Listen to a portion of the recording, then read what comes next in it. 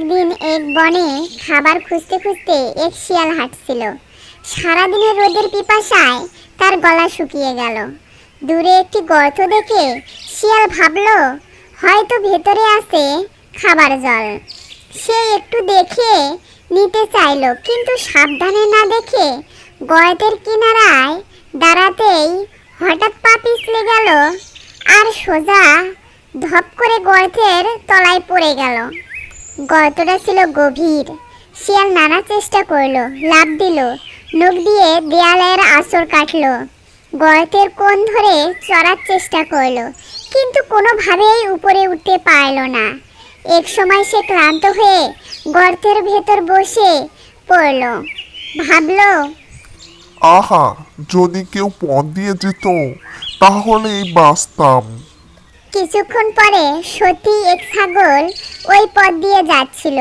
ছাগলটি তাজা পাতার গন্ধে মশগুল হয়ে হাঁটতে লাগলো। হঠাৎ গর্তের ভেতর থেকে শিয়ালের কণ্ঠ শোনা গেল। ছাগল নিচে তাকিয়ে দেখলো শিয়াল গর্তে আটকে আছে। ছাগল একটু অবাক হয়ে বলল, ওগো শিয়াল, তুমি ওখানে কি করছো?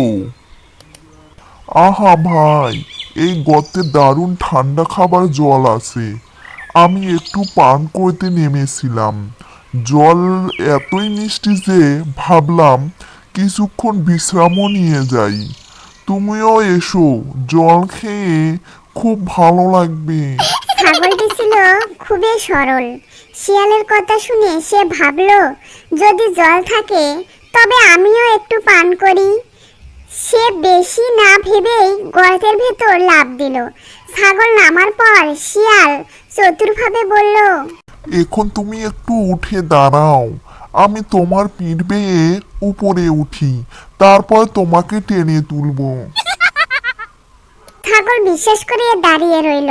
শিয়াল দ্রুত তার পিঠ কাঁধ বেয়ে উপরে উঠে গেল।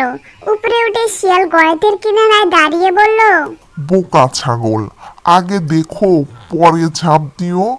এখন তুমি নিজের বের হও যদি পারো। এ কথা বলে শিয়াল পালালো। ছাগল তখন বুঝলো যে শিয়ালের চতুরতায় সে ঠকেছে। এই ঘটনার পর ছাগল সবার কাছে বলল যে কাজ করো ভেবে করো, শিয়ালের মতো চতুরের কথায় কখনোই ভরসা করো না। বন্ধুরা, ভিডিওটি ভালো লাগলে লাইক, কমেন্ট এবং সাবস্ক্রাইব করুন।